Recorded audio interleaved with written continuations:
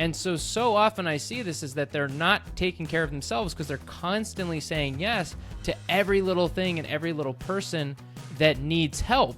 And as a business owner, you can't do that. You can't just say yes to things. And it's hard because you want to help these people in need, but they don't realize that whenever you say yes to something, you're saying no to something else. You're listening to Home Care Hindsight, the podcast where we talk with home care leaders about the big mistakes they've made and the even bigger lessons they've learned along the way. I'm David Knack, head of sales here at Zengage, and I've built a career on the idea that we learn a whole lot more from our mistakes than from our successes, which is great because I've made a lot of mistakes. I've gotten to know some of the leaders in this industry who've built amazing businesses and are super well respected. So I thought it'd be fun, instead of asking them about the great things they've accomplished, to have them tell the story of one of the biggest mistakes that they've made and how that mistake changed their thinking and the way they run their business.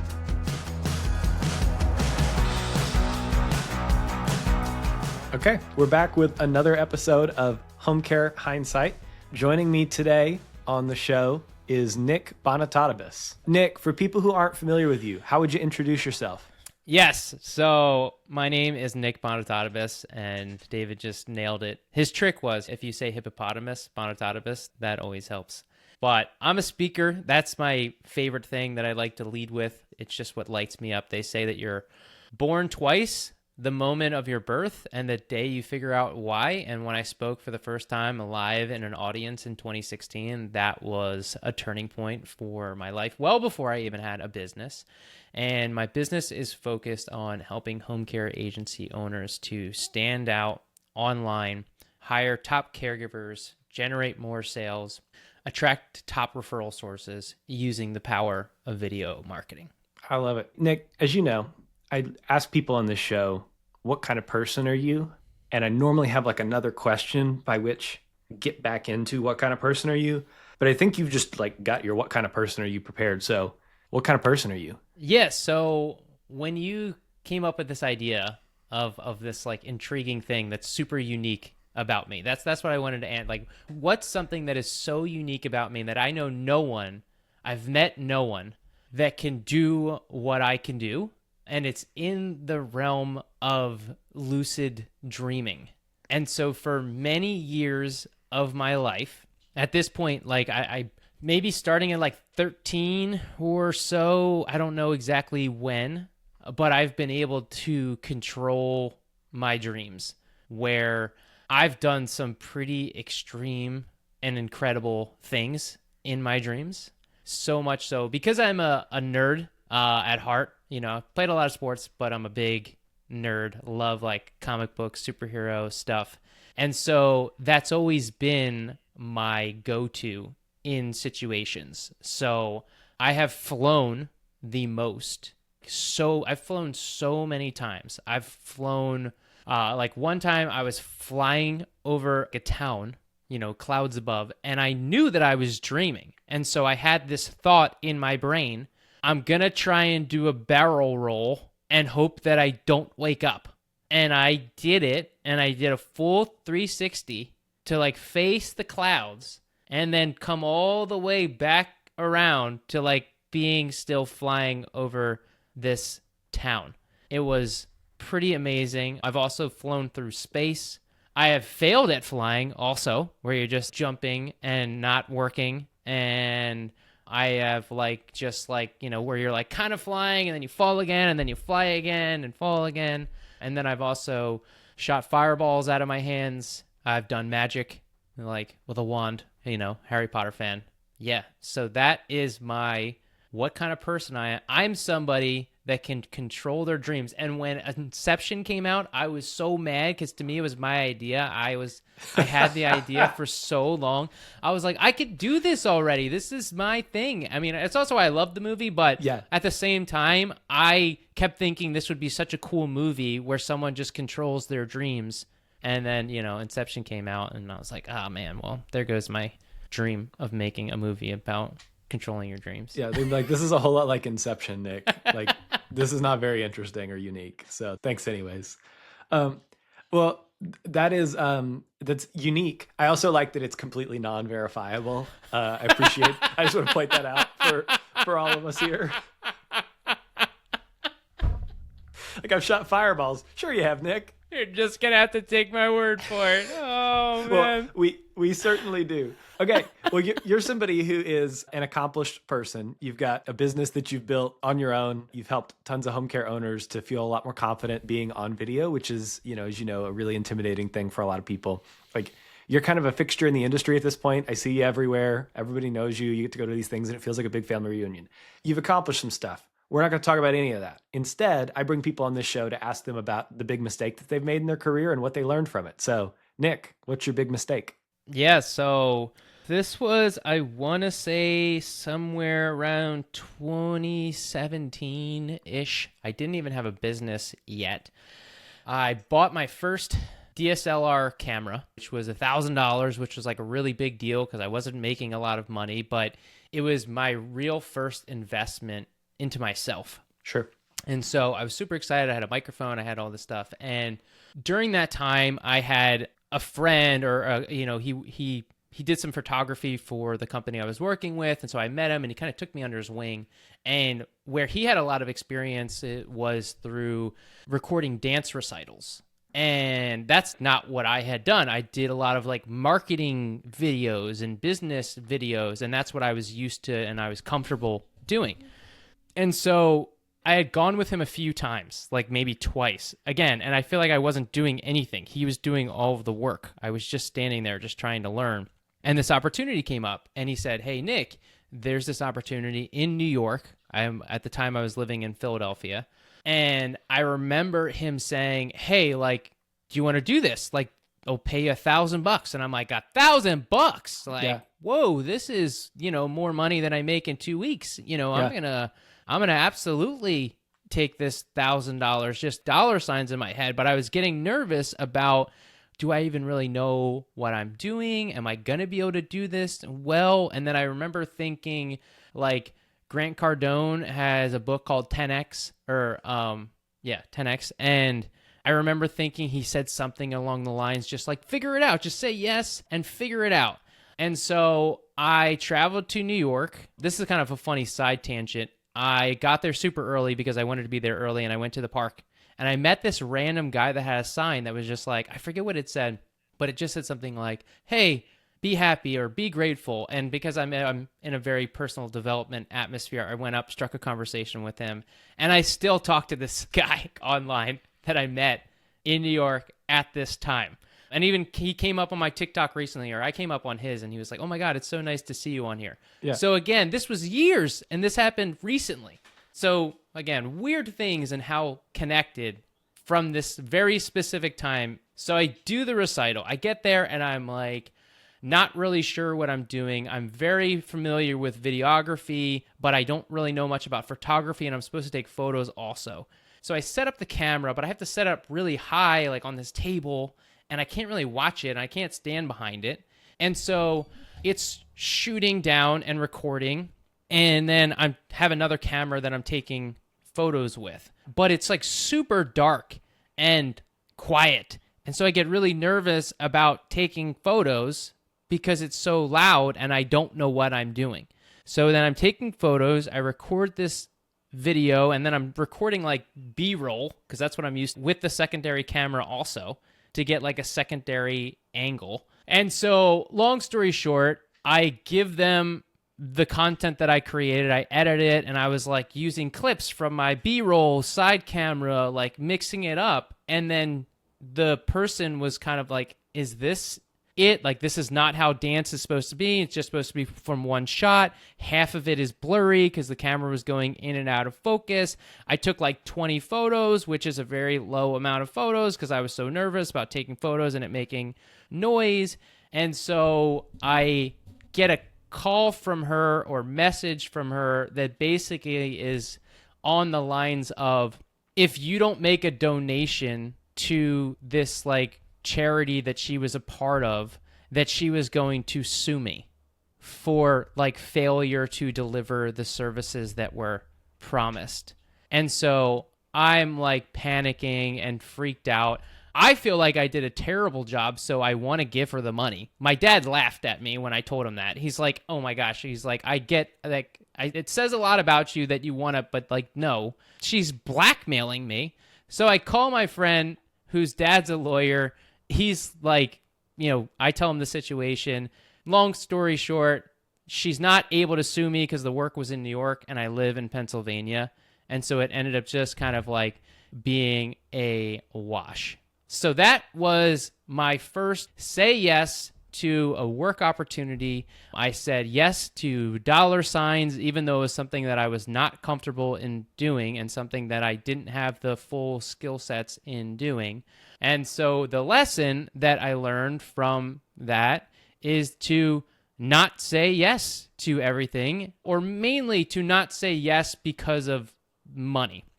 I knew that I shouldn't have said yes to it. There was a lot of feelings and things coming up, and I kept saying to my friend, like, I don't think I can do this. And he's like, no, you'll be fine, you'll be fine, you'll be fine. Well, he was wrong, clearly. He was also shocked that she tried to sue me and couldn't believe that she did that because he kind of had a relationship with her too.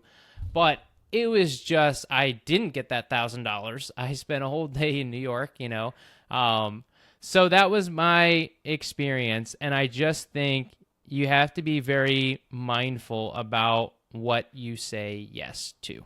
Yeah. And as you think about the people that we both work with, which is home care owners and operators and whatnot, what do you think are the things that they say yes to, either for money or for some other motivation, that they'd be better served to spend their time somewhere else? 100%. I see this all the time, and so at my event, I talked about this, and I call it the care paradox. And basically the care paradox is, and this happens with caregivers as well, but I see it a lot with home care business owners because they're just very inherently caring individuals. And so what happens is they constantly just trying to care for all these people that they neglect their own self-care. And then they get so burnt out, tired, stressed, overwhelmed, and or sick, and then are now incapable of caring for the people that they set out to care for, hence the paradox. And so often I see this is that they're not taking care of themselves because they're constantly saying yes to every little thing and every little person that needs help. And as a business owner, you can't do that. You can't just say yes to things. And it's hard because you want to help these people in need, but they don't realize that whenever you say yes to something, you're saying no to something else. And so when they're saying yes to so many of these like people on cases because they're just like really want to help them, it ends up preventing them from being able to help more people because it's not aligned with the business goals in what they're looking to achieve. And so this kind of goes into the key element here when it comes to home care owners is being very mindful about what you say. And this is actually a compliment that I got from one of my friends who's a lawyer. He's like crushing it in the law industry. He's got billboards all over Philadelphia, as well as like Chicago and all over. And he's like, you're really good at saying no. And I didn't even realize it was a skill set. And a big reason is just because I'm very intentional about what my goals are and what I'm looking to achieve.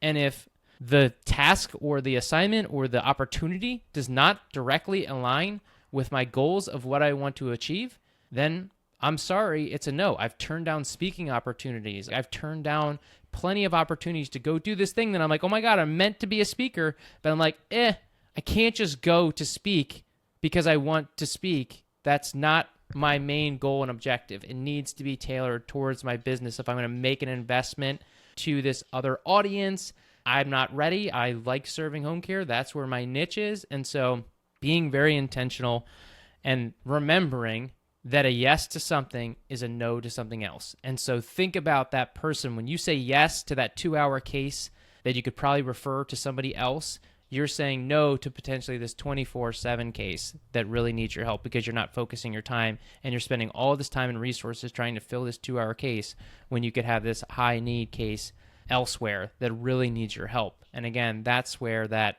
focus becomes really important. Yeah. And one of the things that I'm sensing there is there's a real like work of clarity around your like personal mission statement or kind of your vision of like, what is your business and what are you trying to do with it and that kind of stuff that is a lot more specific than I want to help people get comfortable on video And I think one of the, and I mean, you're kind of in a space where it's a little bit easier to do that kind of thing. I feel like home care is hard because the mission is to help people. And it feels like maybe almost self-serving to get more specific than that, right? Like I want to help people who need 24-hour cases. And so like, what would be kind of like your personal mission statement for a home care owner that would help them to better clarify when they should say yes to stuff and when they should say no to stuff? I mean, I think it's really important. It's going to be different for a lot of people because there's plenty of people that are just like happy with having like $1 million agency or a couple $1 million agency. And then there's some people that like, hey, I want to have a $10 million, $100 million agency. And so determining what it is that you want for your business is kind of the first step in determining that. And then it's like, all right, well, so now you're working backwards based on the destination that you want to achieve. And it's like, all right, well, what are those businesses doing on a regular basis to generate? What are the activities that they're focused on? How much time is going towards these certain action items that you're focused on? And, when you look at it from I want to help people, well, who do you think is going to help more, the $1 million agency or the $100 million agency? And so if your true goal is to help people and you want to help more people, then you need to think bigger and think about what needs to happen for you to help more people. Well, that means like a lot of times dialing in your systems, spending more time marketing. There's so many things within the business that if you truly, that was your goal to help more people, then you would be thinking about this grander business on how you can scale and grow, because that's what I'm thinking about. I'm thinking about maximum impact. How can I create the maximum impact? And so for me, it's very streamlined on like what I offer, how I offer it, how it's delivered, so that I can streamline where my time is going, automate things in positions so that frees me up and focuses my time, because so often business owners are in the day-to-day doing so many little things because they said yes to something, and then it causes all kinds of problems, this and that, and all kinds of issues, and then they just spent all this time because they said yes to this one thing. And I know if you're listening right now, you can think of at least 3 examples of you saying yes to something that puts you down this whole rabbit hole that you're like, man, that was not worth it. And that's what we need to avoid, because a lot of people, they do that, and then they just keep doing it over and over and over again. And we have to learn from our mistakes. We have to grow. We have to evaluate these things in order to grow. So think about what it is that you really want for your business, where you want to get it to, what do you want to achieve, work backwards, and then figure out what action items that you need to do in each of these things, and understand that, yes, your goal is to help people, but guess what helps people? Making more money. And again, money doesn't drive me. It's not a motivating factor for me, but it is a tool to help you help more people. And so we have to be masters of money. We have to understand how to make money. We have to understand marketing. We have to understand business and operations and all these pieces so that we can maximize our efficiencies within our business so that we can grow and scale and help more people. Well, that's awesome. Let's move on to the next segment where I ask somebody what's something that they think is totally underrated in the industry, that people overlook it all the time, and that it's way more valuable than people generally think. I am still blown away and shocked by how many home care owners and business development people that I meet that don't have a LinkedIn. I think it is wild to not use like the number one business social media platform that exists and that has zero competition. Like there's no one even close in touching from a business standpoint, social media perspective. It's the one and only that really is far superior and continues to grow and evolve. They're doing real cool things with AI. I mean, there's not a lot of social media platforms that have AI integrated into their posting system. I mean, come on, they're ahead of the game. And when it comes to home care agencies, when so much of the business is based on building relationships and connections, that's literally what social media and LinkedIn was built for. And so we need to start leveraging it and utilizing it. And I don't know this for certain, but I am really curious to dive into this because I'm so streamline focused. But I feel pretty confident that LinkedIn is super untapped in regards to getting the top caregivers. Are you going to get the bottom of the barrel caregivers and like a huge population of them? No.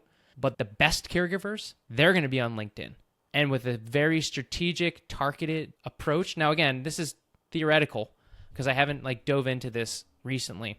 But I talked to somebody who's like big into LinkedIn and AI, and we were talking about it, and he brought it up, and I was like, that makes so much sense that the top candidates would be on LinkedIn, which is who you're trying to target. And now you can go at them like, rather than just firing and shotgun fire that everyone does, getting really targeted and being like, look at this person, come work for me, like headhunting, but doing it for caregivers. Obviously, it would take time. There's potential automations that you could set up or hiring and outsourcing that could do something like this and be very strategic in how you do it. But anyway, LinkedIn, super underutilized just from the standpoint of how are you building relationships and connections so that you can get into more accounts from referral sources, seeing where people work. I mean, just to give you a real world example of how I used this recently, there was a company that works with home care agencies that's doing really awesome, amazing things.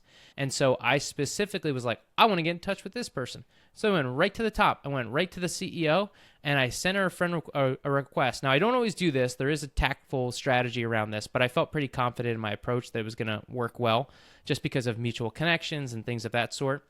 And I messaged her and I said, hey, I'd love to talk about how I can help your business because we serve the same audience. I'd love to connect. And like that was my message. Not, hey, how can we work together? Right? That's how people approach it often. It's like this mutual thing. No, I went straight for the kill. I went straight for, I want to help your business. And so what did she reply back? She's like, hey, great. Here's my email. Send me an email, and then I will introduce you to the key contact that can, that's in charge of this. Now, here's a CEO of a big company responding to me pretty quickly. So if you think these big CEOs of big companies, tech companies, are spending time on LinkedIn, don't you think that you should be too? Absolutely. I think it's great. I spend a lot of time on there, and I'm impressed with what I see from the agencies and their page, but also from the people who, I mean, at the end of the day, are the face of this company or the embodiment of the brand. They're doing really good stuff on there. They're building good relationships. They're setting themselves apart as professionals. There's something differentiated about them. And there's plenty of goobers on LinkedIn that are doing stuff, just showing up in your DMs and, pitching you financial services or whatever that you don't need. Well, and there's home care people too that like outsource to some company that's just like posting home care stuff, articles on your personal LinkedIn. Please stop doing that if that's you. Please stop. Stop it. Please stop. The content factory. Stop using AI too for your posts without knowing how to use AI. Let's have a minute, Nick, and talk a little bit about AI slop. Oh my gosh. A minute? This is a huge pet peeve of mine in just to give you, here's my AI slop, first thing. I will never put emojis in my social media content. Stop doing it. AI makes it the default. I hate it. And then every time it makes it so obvious that you're using AI because it has emojis in it. So just stop it. Stop using emojis unless they're done tactfully with intention, not just replacing a word with an emoji. I have a really hard time with obviously AI generated images and comments. It's social media in general, but LinkedIn specifically is about authenticity. And so if you're doing something on there that doesn't look authentic, it's going to do more harm than good for you. I actually DM'd somebody about it because they were commenting on a bunch of my posts. And I said, look, I really appreciate the comments and engagement. It's just so clear to me that you're using AI, and I just don't appreciate it, basically was kind of what I said. So here's me literally telling someone who's commenting on my post to stop because to me it was inauthentic. And even though most people weren't recognizing it or noticing it, I was noticing it and I didn't appreciate it, that it was just him trying to comment on my stuff so he's getting more awareness and recognition from unauthentic comment. It's great. If you're going to comment on my stuff authentically and it's actually you, then we're building a relationship and I may want to work with you in the future or promote you or, put you in front of my audience. But if you're going to come at me like that, I'm just going to be like, well, that's not somebody that I want to work with. And so, yeah. So at the end of the day, AI tools, they are coming. Everybody in home care is talking about the ways that you can use AI to improve workflows and do automations and all this kind of stuff. We're huge believers at Zengage in some of the power that these AI tools have. If you are using AI to simulate real human connection, don't do it. Yeah, I love AI. I'm doing a whole training on it in December. I don't know when this goes live, but I'm doing a whole training on it. And I've spoken about it at events. Like one of your other guests, Gabby, we just we got coffee, and I was talking about AI and all the things that it can do. I'm a massive proponent. I use it every single day, constantly. But if you don't use it right, you're gonna look the fool. So don't look the fool. Let's move on. Well, we may have already just covered this, but you may have another one up your sleeve. We talked about a big mistake that you've made in your career. What's a little mistake that you see home care owners make all the time that if they quit, it'd make their lives or their businesses like 10 times better? I did kind of answer this, but I'm going to go into it more directly, which is just like self-care. I just think that I see so many people in healthcare that are like unhealthy and not in good shape and don't take care of themselves. And to me, it's how can you preach well-being and wellness and health when you're not healthy yourself? And to me, it's a top-down thing. So as an owner, if you're not taking ownership and creating a culture of health, like this was one thing that I'm very adamant about. And when I worked for my previous company, I was always intentional. I don't know if I ever told them this, but whenever I brought in food, I used to bring in fruit, not cake or chocolate or candy. I always brought in healthy snacks. And guess what? Everyone always ate it. They're like, oh, nah, thanks, Nick. Great. And like other people brought in candy and cake and other things and bagels, which I ate it all. Like, I mean, I love like a good New Jersey bagel, everything bagel, vegetable cream cheese. Like I'll destroy it, but it's not what I want to eat. But if it's there, it makes it harder. So like when you create this atmosphere of health and well-being, it starts from that top down, that culture that you're trying to create so that other people make these healthy choices. Because what it's going to do is it's going to, one, just make you feel better, and you'll be able to show up in a more intentional way. You'll have more energy. You'll be more productive. You'll get more done. And it goes back to that whole like care paradox where we started the conversation, in that sense that we need to make sure that we are focused on ourselves first. It's like when you go to the airport, you go to get on an airplane, what do they say? You got to put your oxygen mask on first. And when you take care of yourself first, you're going to see how much more fully you show up in all these other areas of your life, from relationships, your partners, your kids, your family, your business, your everything.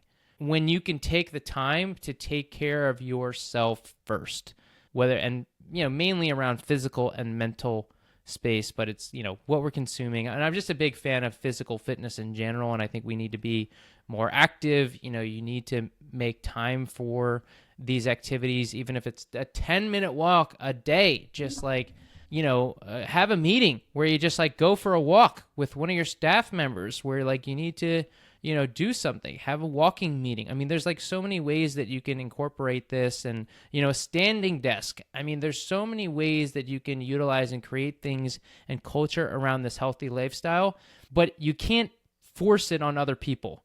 You have to show it up and do it yourself, and then allow other people to see you as an example and follow your example. There's a I forget a story I heard where there's a woman on a bus with her son, and the son is reading a book, and the man next to asks the mother and says, how do you get him to do that? And she says, he does as I do, not as I say. And like I see this a lot. I feel like with parents, it's like they're telling their kids to like be certain things, and then they're not doing them themselves. It's like, you need to show up as an example, not as do this, do that. It starts with you being that person and showing up in the way that you want them to show up, and the rest will follow. And I love that too, because like while you could get super into fitness and like, train for like a marathon or whatever, you can also do little stuff like get a standing desk or do some of your internal meetings, like especially your one-on-ones, as like a walk. Walking is super good for you. You don't have to be lifting tons of weights or doing squats or pull-ups or anything crazy like that. You can if you want to, makes you feel good, but there's so many easy wins that you can get and build into the day-to-day to make kind of healthy lifestyle like a part of the culture. Yeah, I mean, you burn more calories. You burn just as many calories walking as you do running, which most people don't know that or don't care to know about that. Walks are amazing, and it's just about incorporating them into your life and doing it every day. We should be moving our body every day. Well, Nick, we've talked about a lot of things that went wrong, but I want to hear about something lately that's happened in your business that you're really proud of. We call this the win of the week. Yeah, so I would say that the thing that I'm most proud of is the recent event that I had in September, the Home Care Champions experience. It was my first ever live event. I was super nervous about it.